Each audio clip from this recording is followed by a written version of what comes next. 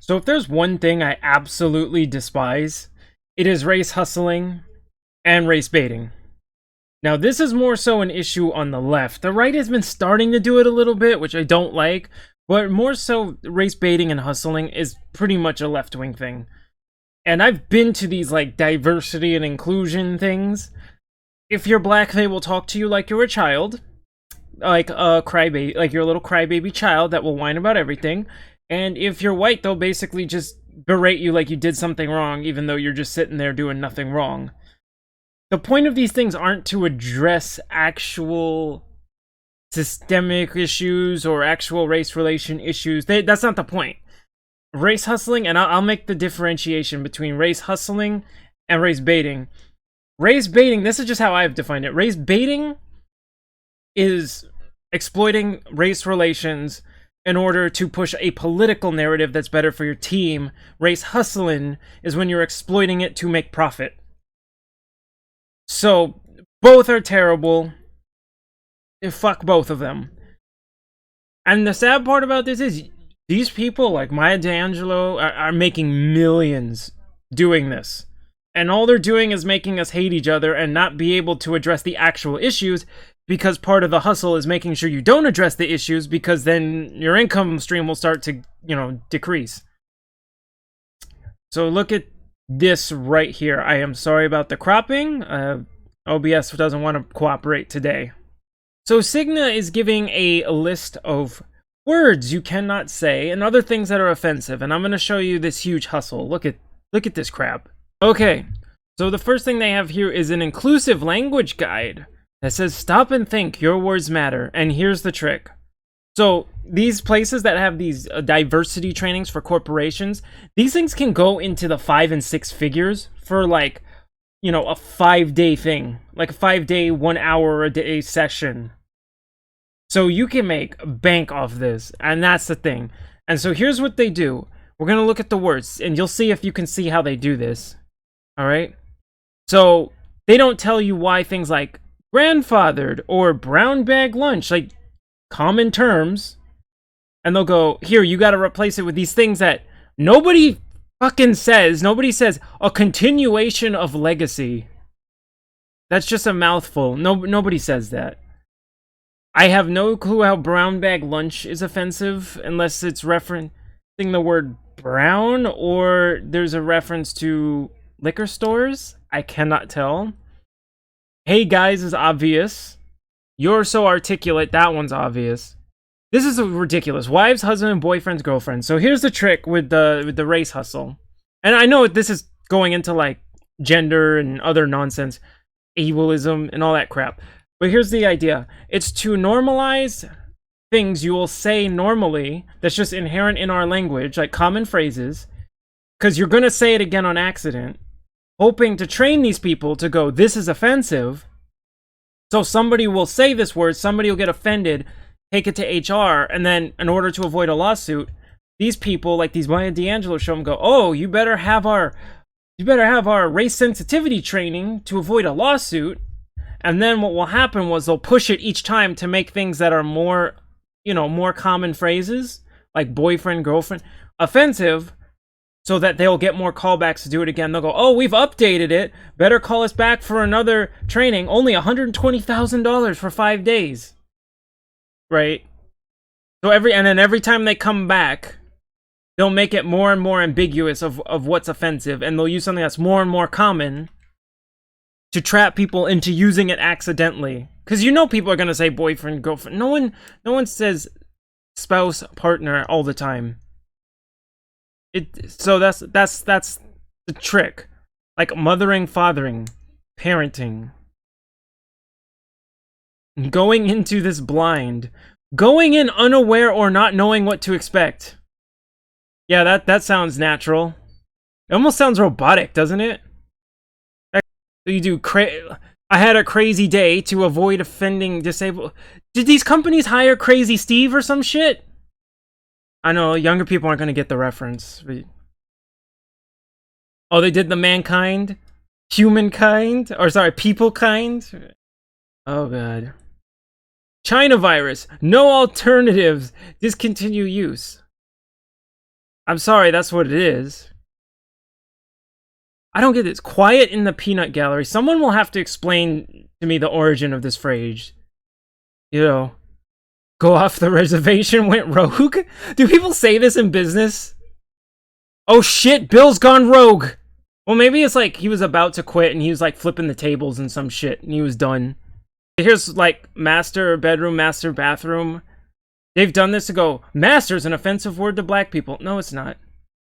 This is what I meant by they treat us like children. Like, we'll hear the word master bedroom and go, you see what I mean? But this is, like I said, white progressives. A lot of white liberals. Not as much the leftists. They're busy with other stuff. They're busy doing other stupid shit. This is more like the well-to-do white liberal types. Because in these diversity things, I've seen them. I've seen these well-to-do white liberals. Then the ones that mean well, and they've been so brainwashed by this. They literally think the most innocuous thing will harm black people. Like, the most innocuous phrases or words will harm us. And I think it's more offensive to think master bedroom will offend us than to actually, you know, say something, you know, racially insensitive. I think that in itself is. I love it. You're too young to remember this, but... Oh shit, I realized I just did that. Fuck. I am so sorry about my Crazy Steve joke. I'm sorry, young people who watch me. I failed already. See, that's the point. Now we need racial sensitivity training on my channel. Great. I don't have 150 grand to pay for this crap. Someone give me 150 grand in Bitcoin so I don't sue myself. Then they do the societal norms checklist. I don't understand how age 18 or 25 to 55 is privileged, considering you got the like 25 to 34. I could go even higher than that. Millennials that got fucked by the college system and are trapped in endless debt, slaves to corporations. So I don't know how that one works. But again, I said this is all a hustle. Keep things ambiguous, not really clear, easy to, you know, get people offended. So they have to call us back and then go, we added one extra page to our racial sensitivity training, so now it's all new and you have to do it again. These people, the racial sensitivity training, they're like the FIFA of the left, right? Or the NBA 2K of the left. They'll just give you the same thing over and over again and just like change or redo one thing and go, it's completely new. Now you gotta pay for it again. That's the trick. Christian, I think that's relative to where you live. Los Angeles, I don't think that's a privilege. I'm just saying. But then here we go. Why am I not shocked that the books they want you to read are How to Be an Anti-Racist? Of course, Abram X. Kennedy, a fucking left-wing token. And to everyone who thinks he's not a left-wing token, if anyone saw the shit he just went up and said when he got up on stage and talked about Christianity in relation to black people and racism, nobody in touch with the black community would go up there and shit-talk Christianity like that. Now, I know many on the right, you know, you don't know any black people, so you don't know what it's actually like there. But if you go down there and start, like, shit-talking Christianity, or really most religions, you're asking for trouble. You know, if you want, go down to Crenshaw, see what happens. Go shit-talk Jesus, see what happens down in Crenshaw. And record it, because I want to see what happens.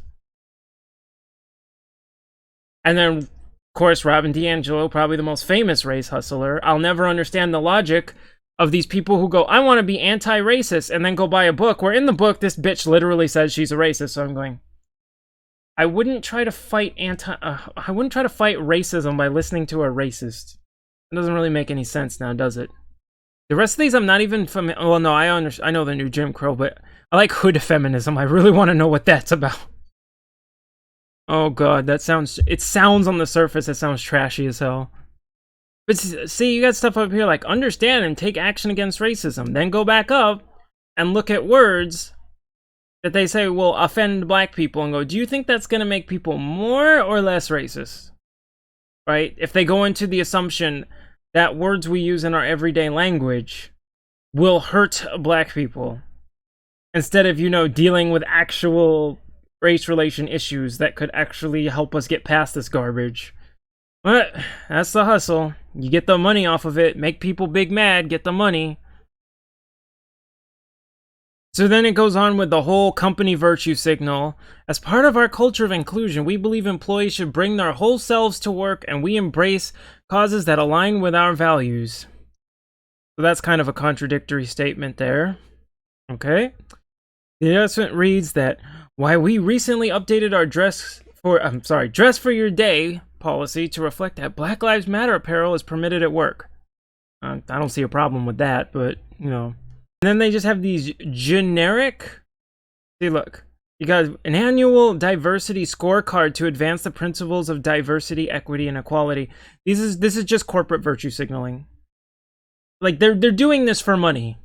That's basically it. It's like when you go on Facebook and you see they'll put on the rainbow flag or the black square or anything. It's stupid. It was like when I said in another video, and all the companies were posting like BLM stuff, like even the game companies, like, I don't give a fuck what you think, just make the damn game. So yeah, if you don't fall for this leftist race hustle garbage, unfortunately the right falls for it too. Not actively, but more like they fall for it passively. As in, they'll hear things like this, and they'll hear it out of, like, a blackface or something, or find BLM, the group, saying it, and then going, that's what black people think. And it's like, no, we don't really like them that much. So, you know, it is what it is. I'm gonna stop here. So, you know, stay safe. Please don't get shot. Any of that. All that.